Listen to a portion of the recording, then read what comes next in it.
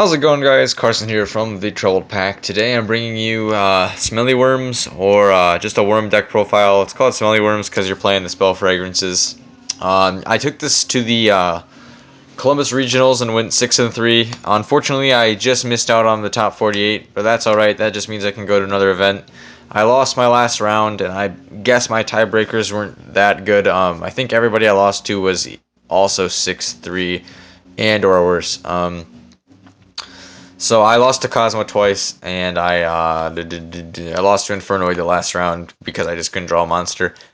But I went 4-0 in the match aspect against Pepe all day and 8-1. So this is a really solid deck versus just Pendulum in general. I'm trying to think. I think I just played Pepe on the day. One of them had a tiny bit of the Magispectors flushed in with it too, but nothing too spectacular. Then I also played Despots, and I also played another Cosmos. So I went 1-2 against Cosmos, which is, I mean, it's understandable because this deck isn't as strong against Cosmos as it is Pepe. I would have liked to play one more like Pepe deck. So yeah, I played a fellow YouTuber. We didn't really get along during the match. His name's Dark World Mofo. Um, I can see, like, we had a ruling discussion, and I can see he was a little bit confrontational with me, just because it was the round that he was knocked out and lost his chance at topping at, but he was playing Pepe. So if you want somebody else's view on how this fares against Pepe, I 2-0'd him, and he's fairly well known. So yeah, 3x 2 Yagan. If you don't know what these do, Yex, when he's summoned, or Zex when he's summoned, he's a foolish burial. You foolish the Yagan. If Zex is the only monster you control, you can special summon this in face up or face down defense. When he's flip face up, he's a compulse. So it's really cool. 2 Carderos. When he's flip face up, he adds a worm. Then 1 Worm King. And as many worms as you have, he can pop them and destroy cards your opponent controls. So he's kind of like a Scrap Dragon, a little bit better, but not as accessible or as flushable in decks. And you usually, most of the time, want to summon him off of the trap card. So yeah, 2 Murmilio because it's busted. 2 of each hand. Ice Hand's pretty good right now, especially against Pendulum. I mean, this is pretty good just in general. The reason I was playing this is I thought that people would side in Royal Decrees, which I didn't run into that problem today, or not today, last Saturday. But it was always nice. Like at locals, I did run into the problem. Ice Hand was really good to have. The only thing is Fire Hand's not so great because Cosmos and Magispectors can't be targeted. Otherwise, these are both pretty well. Like these both just work pretty normally against the Pepe matchup, and the Magician matchup. So that's good. Plus, I mean, they did fine against other things, and you're not going to play meta every single round. So that's okay. I'm thinking about cutting him, though. I'm not really sure what I would put in. 1 Commandant, just to search out your Necrovalleys, and that puts the monster count at 15, if you don't count instant fusions as monsters. So yeah, 2 Necrovalley. This also just helps with, the Cosmo matchup in the aspect that they can't banish after they've been destroyed. And this helps in the Pepe so they can't banish to search. So that's cool. That's not a huge aspect of either one, but it does hurt their plays. 3 Pot Duality for consistency, obviously. 2 Instant Fusions. This is a strong play. I did actually put enough damage on board to OTK one time with using just Zex, Zex and a Yagan. And then I also had something else in Grave. And I already had Nebula set, so the play was I had Nebula set, I summoned Zex, get Yagan, flip Yagan, bounce their monster back, and then I proceeded to make, what was it? Norden grabbed another Zex, so that's 38. I'm thinking I'm missing something here. I think I had 3 Zex on the field by the end of the play, because I had all 5 monster spots filled up at one point, so maybe there was a previous Zex set on the field even before that. Regardless, I put enough on board for a game, so an instant fusion really allowed me to do that. So that was what it was. 3 spell fragrances. This is kind of like the main reason this deck is successful. You make Kieran Gorgon in this, and set 3 or 4 others, and you're like, all right, that's pretty much game. That's just one of the continuous traps, like the floodgates are really good against just everything. This is the trap. Um, what it does is it changes all face-down monsters in the field to face-up defense position. Worms get their flips. During the end phase, it sets all the worms.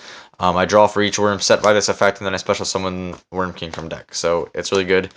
I was playing Mirror Forces, and this isn't as good, but it's a little bit more budget to getting Storming Mirror Forces, which aren't terribly expensive, but $25 is something I just didn't have at the time, or $50, because I'd be playing 2.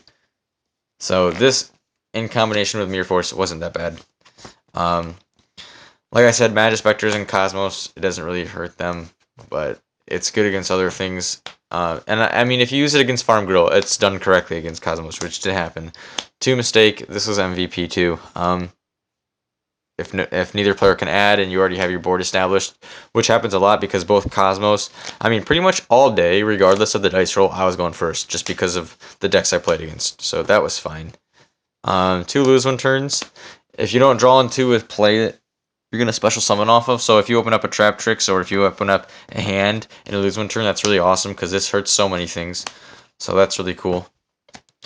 Then for the stoppage of summons, these are the counter traps. I just played 1 Grand Horde and I sided a second one.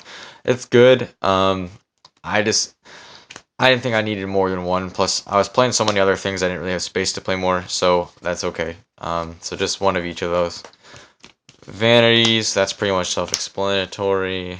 If you can make Kieran Gorgon with like anti-spell fragrance and vanities on the field, it's going to be really hard for anybody to beat you. Boundless. And these are both supposed to be time spaces. I was just borrowing one from a friend. I picked this one up when it was like $2 to $3, and it jumped up in price to like 15. So that's really nice. Those were both time spaces. I wasn't playing that trash card. So that's the main deck. I'll go on to the extra deck. 2 Norden. I was also playing a Chimera Tech Fortress Dragon, so take that in consideration. I was borrowing it from a friend, so I don't have it with me, but consider that 3 spots. I was playing Rhapsody, did not play that. Played King of the Feral Imps. That's pretty much one of the main things I went into. Heartland Draco, went into that. Diamond Dyer, did not go into that. Concealer Omega, did not go into that. Abyss Dweller, went into that once. Kieran Gorgon, I went into this with like anti-spell fragrance at least 10 times. Then 2 Castell, I went into those a couple times. I was also playing Gaga Cowboy and Honor Arc, and I don't remember, it was Starlight whatever. It's got 2000 attack. I never went into it, so it doesn't matter. But right now I'm playing these instead because I don't have those. I was borrowing those from friends. So the side deck also has Cyber Dragon Drays, and what you would do against Cosmos is theoretically, or in theory, this is what I thought was good on paper, was to just side out the hands. Side in a 3rd Necro Valley and side in 3 Cyber Dragon Drays. So pretend there are 3 Cyber Dragon Drays in front of you, and that goes with the Chimera Tech Fortress that was in here. Another Horn, just because I figured sometimes I might need it. 3 Imperial Iron Walls. It was a pretty easy side option against Cosmos because I would just take out the spell fragrances for the Imperial Iron Walls. MST, I pretty much sided these in every single game too because I was expecting a real decrease, especially if I saw my opponent pull 3. This is just in case I ran into something like, they're not so good against Cosmos, but if I was going to run into Burning Abyss, I would want them.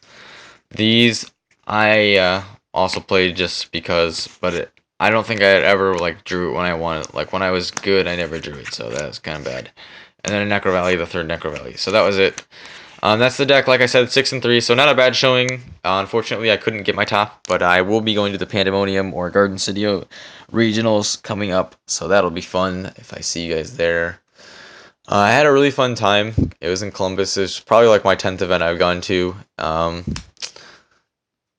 Yeah, I mean, I've never, like, this is probably one of the most fun times I've had because I got a lot of, like, compliments from other people for playing such a weird deck. But really, it's just a whole bunch of good traps and a lousy rank 4 engine. So, thanks, guys. Hope you like it. Give me your thoughts on the deck. I'm trying to get a hold of Solemn Strikes. If I can get a hold of 1, that's good. If I can get a hold of 2, it's better. And if I can get a hold of 3, that's the bomb. But I'm sure it'll get hit after a while, so I might only need 1. Alright, once again, thanks you. This is the time I'm actually ending this video. And see ya.